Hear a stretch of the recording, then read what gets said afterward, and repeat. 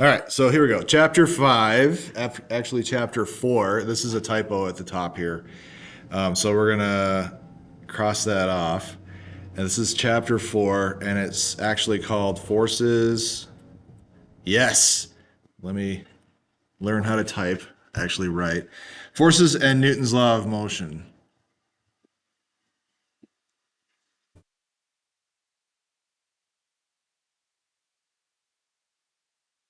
Forces and Newton's laws of motion. This is 4.1 though. Motion and forces, that part is correct. Okay, so we have this stop to think here to start off with. The swan is landing on an icy lake and sliding across the ice and then gradually coming to a stop. As the swan slides, the direction of the acceleration is which way, based on what we see in the picture? What do you mean the other direction?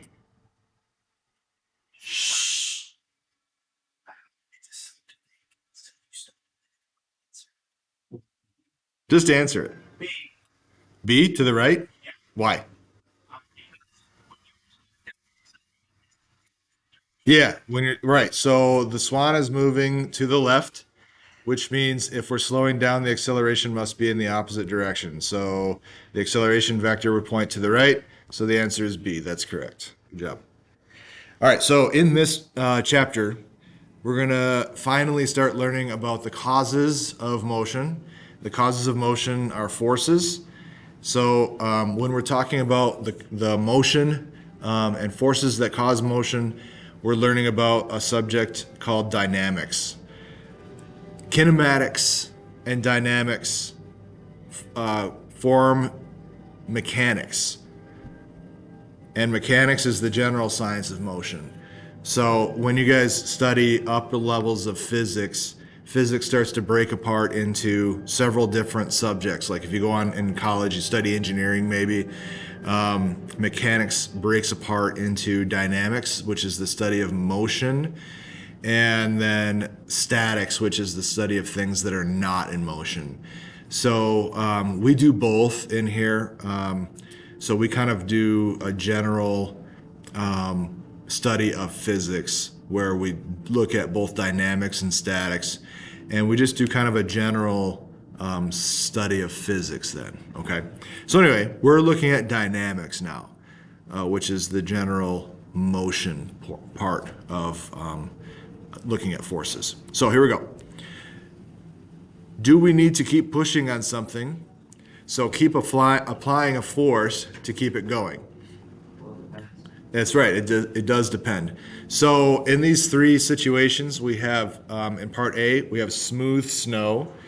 So this little kid on the sled, on smooth snow, we see in the motion diagram that the sled pictures are getting closer and closer together. So that means what? Slowing down. The sled is slowing down. That's right. So eventually, here the sled is coming to a stop. On slick ice, again, the kid is on the sled, and what do we see happening? Exactly. The sled ended up way over here, but the sled was getting closer and closer together, which means the sled was still slowing down.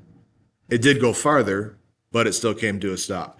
Now, we're going to see this sort of situation quite a bit. My pen is not writing very well. Frictionless surface. So this is better than slick ice. It means no, it's not possible, but we're going to model that quite a bit. If the friction could be reduced to completely nothing, then the sled would never stop and it would just continue on for forever. Okay. And in the motion diagram, we see equal spacing from one picture to the next, to the next, to the next. Okay. That would be an ideal situation. Unfortunately, in the real world, it can't happen, but we try to model that for happening all the time. It would be awesome. So on increasingly smooth surfaces, the object will slide farther, as we saw from A to B to C. In the absence of friction altogether, the object will stay in motion. If the object is at rest in the first place, it won't suddenly begin moving unless something comes along and gives it a shove, right? And what we're getting at here is one of the laws of motion that we're going to be talking about. All right. So, are we doing pretty good so far? All right. So, that is Newton's first law of motion that I just mentioned. So, consider an object that has no forces acting on it. All right. Whether it's sitting still or whether it's moving, like in space or sliding across a frictionless surface, like we just saw.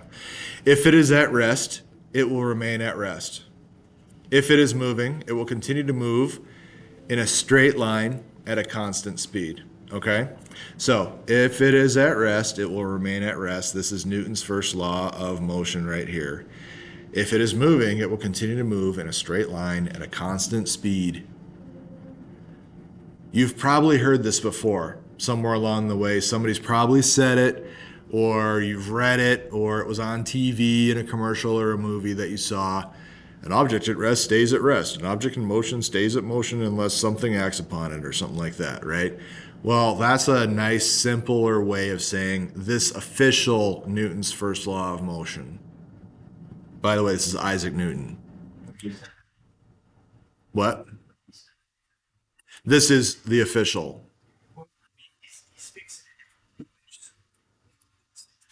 So here's some examples. The Voyager space probes that were launched in 1977, coasting through the vacuum of space. So there is no friction or approximately zero friction in space. So those space probes that were launched back in 1977 are still going. They're outside of our solar system now, and they continue to travel farther and farther away from our planet, and they will continue to do so for forever, unless they run into something and crash into that, and then they're just done. But the chances of that happening are super remote. We're still getting signals from them way outside of our solar system, which is pretty cool. The vehicle in a crash causes 3 collisions. Do you know what those 3 collisions are?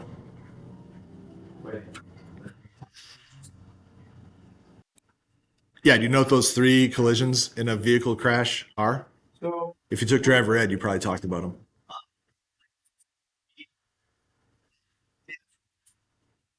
The obvious one, yeah. So the vehicle itself,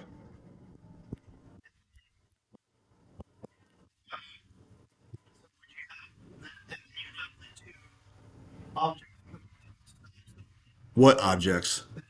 Uh-uh. So your vehicle, like let's say it's not even cars. Let's say it's your car and you drove into a brick wall. So that was the car hitting the object, right? So that's the first collision. Oh, thanks.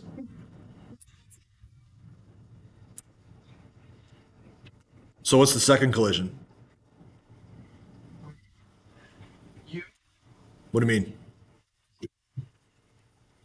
Yeah, good. So your body wants to stay in motion, right? And it will do so until it hits something else. Like preferably what? It'll be your steering wheel, or it'll be your windshield, or it will be hopefully your seatbelt or an airbag, right? If you're wearing one or you have one, or it'll just keep going until it comes to a stop. So if you go through your windshield, you're going to keep going until you hit that brick wall yourself, okay? Now, what is the third collision? No. So your vehicle hit the brick wall and then you kept going until you hit something. Now, what's the third one? No. So you hit something and came to a stop.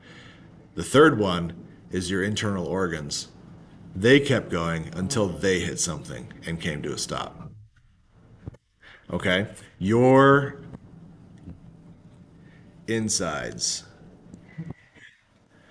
they will keep going until they hit something.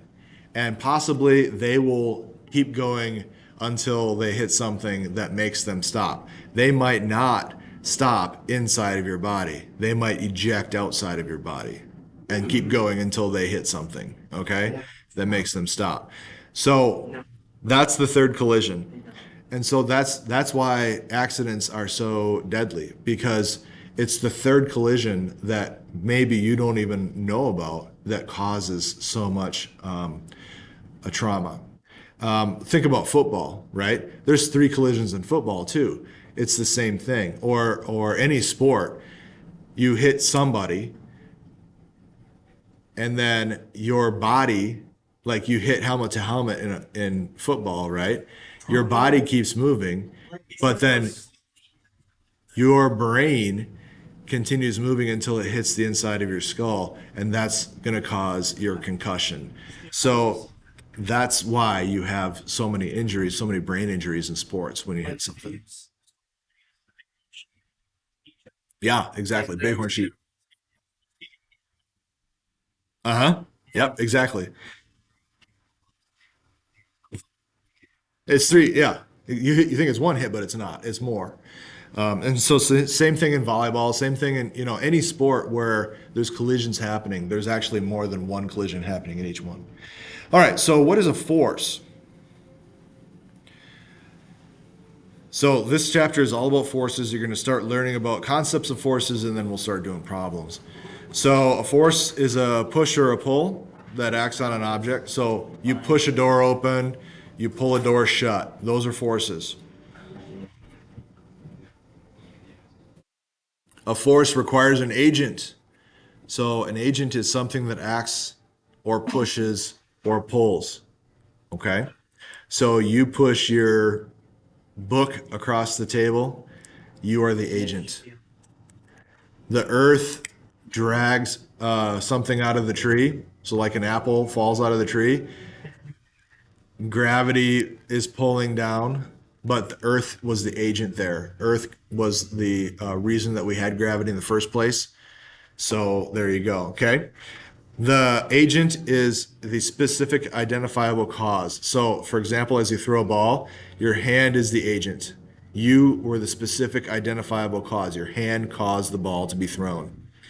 It can also be an inert object, such as a tabletop or a wall. No, it is this. It is the thing that caused the force. Okay, that's the agent. So, a force is a vector. A force has a magnitude and a direction. Okay, remember, vectors are magnitude. Oh, don't do that to me. Magnitude and direction. So if you push on an object, you can do so lightly or you can do so very hard. Similarly, you can do so to the left, you can do so to the right, or up or down. Okay? So that's a magnitude and a direction. So to quantify a push, we need to specify both the magnitude and the direction. The symbol for a force is the vector symbol, capital F with an arrow over the top, because it is a vector, okay? And our forces are generally going to be capital Fs, unless there's a name for the force, and then we might use a different letter. So we can have either a contact force or a long-range force. Contact forces are acting on an object by touching it at a point of contact, like a collision, or it could be you're pushing on something or pulling on something. A contact force would be like a bat striking a ball. You could have a string tied to something to pull on it. Long range forces would be like acting on something without physical contact. That would be magnetism and gravity. Magnets pull on stuff without actually touching. That's a long range force. Gravity obviously pulls on stuff without actually touching. That's long range force. How would I create my own long range force?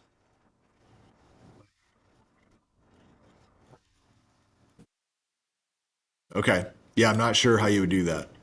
So these are the two forces that we're going to be talking about. They're either contact or long range. Interactions. If you push on a door to close it, the door will push back on your hand. If you have a tow rope that's pulling on a car, the car will pull back on the rope. Okay, those are called interaction forces.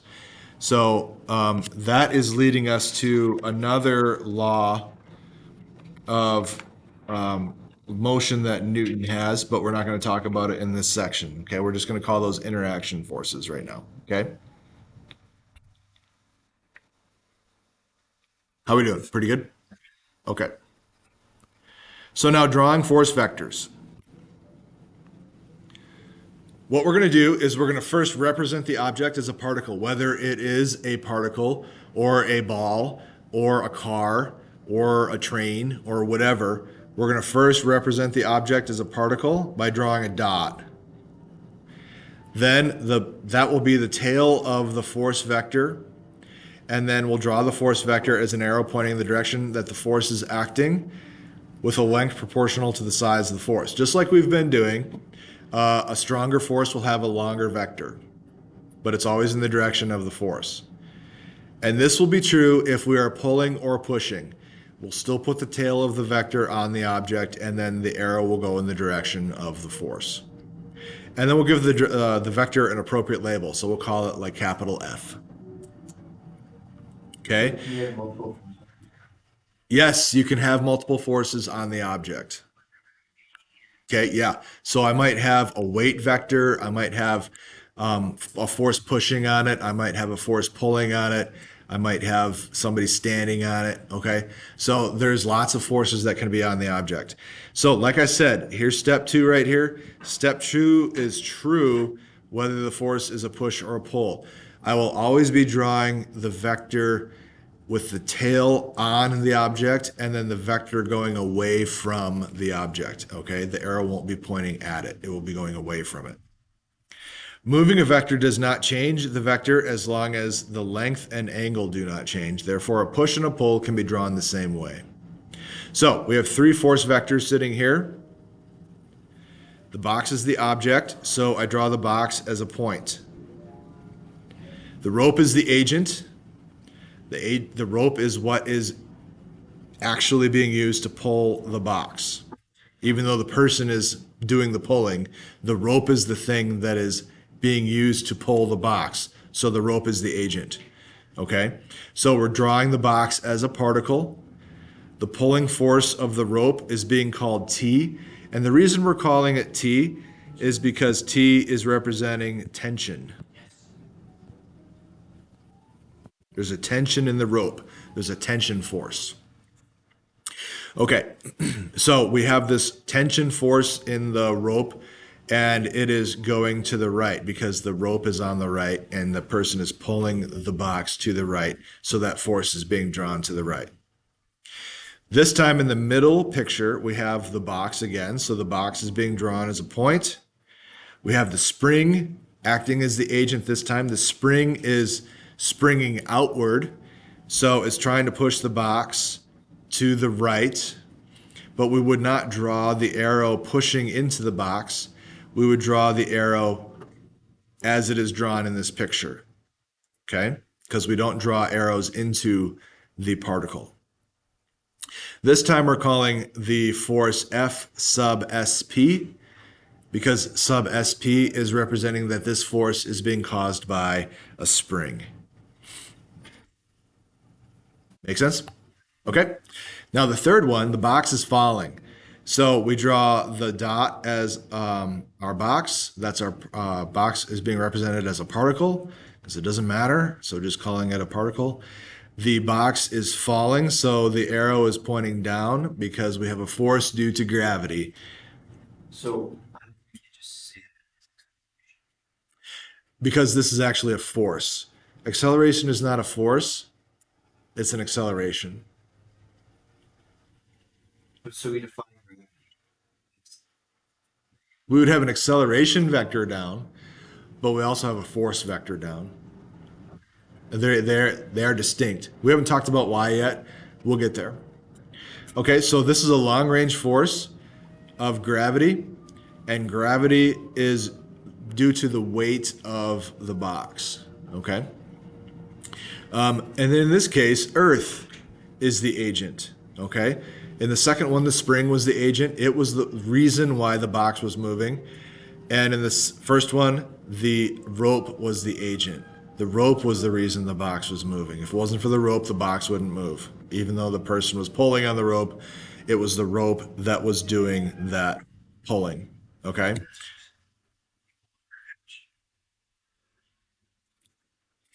All right. So hopefully that is making sense.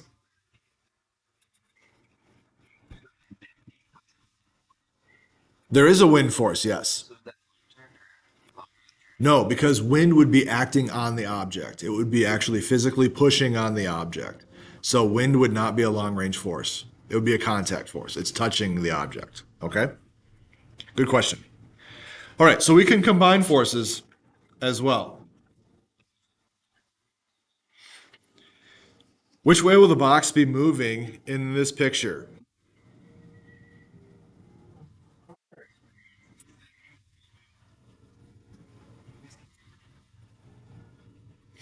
You think it won't move?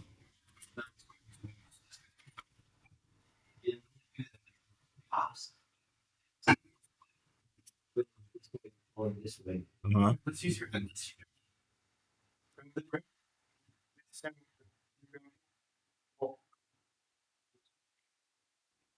What'd you say, Steele? There's no. Yeah, okay, good answer. It does also depend on how much the forces are being applied, okay? But what we can do is we can break this one that's at an angle into components.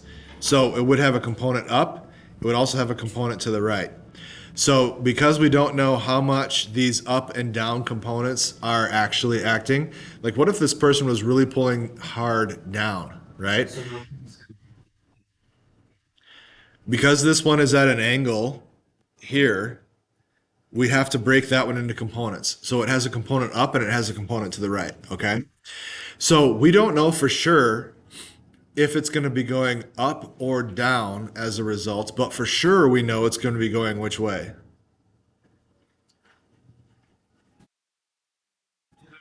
It will definitely be going to the right because we don't have any vector to the left to counteract the one to the right, okay? If we knew exactly how much up there was and exactly how much down there was, then we would know if it was going to the right and up or to the right and down. But definitely we know it's going to the right. Okay? We could say to the right and up, or we could say to the right and down. If we knew how hard this person up or this person down was pulling. Right? Yeah. Okay. So we just don't know how big this vector here is or how big this vector here is. But since there is nothing pulling to the left, this one here definitely is in play. So we're definitely going to the right.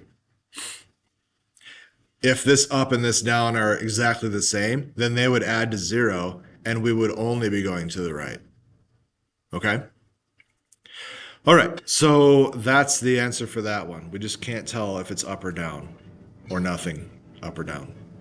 All right, so when several forces are exerted on an object, the point of that problem was this. They're going to combine to form a net force. That is the vector sum of all of the forces. So we have an F net here. That's the net force. And all we do is we add together all of the forces. Now, just like I just saw here in this picture, if I have net forces that are acting at angles, I will want to break those into components. So like,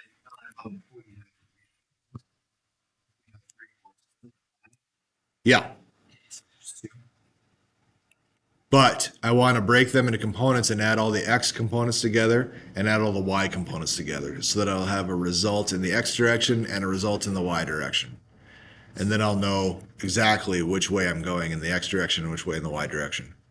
So at the bottom, I'm saying the single force F net causes the exact same motion as the combination of the original forces.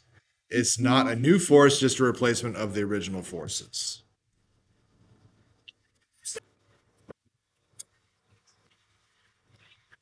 So 2 of the 3 forces exerted on an object are shown. The net force points directly to the left. What's the missing third force?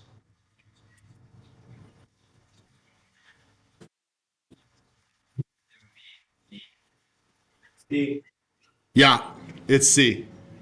So we have F1 and F2. Yep. If the net force points directly to the left, then we have to counteract F1 and F2. And the only way we can do that is with components that are pointing to the left and down to counteract up and to the right. So therefore, it has to be that one. Good.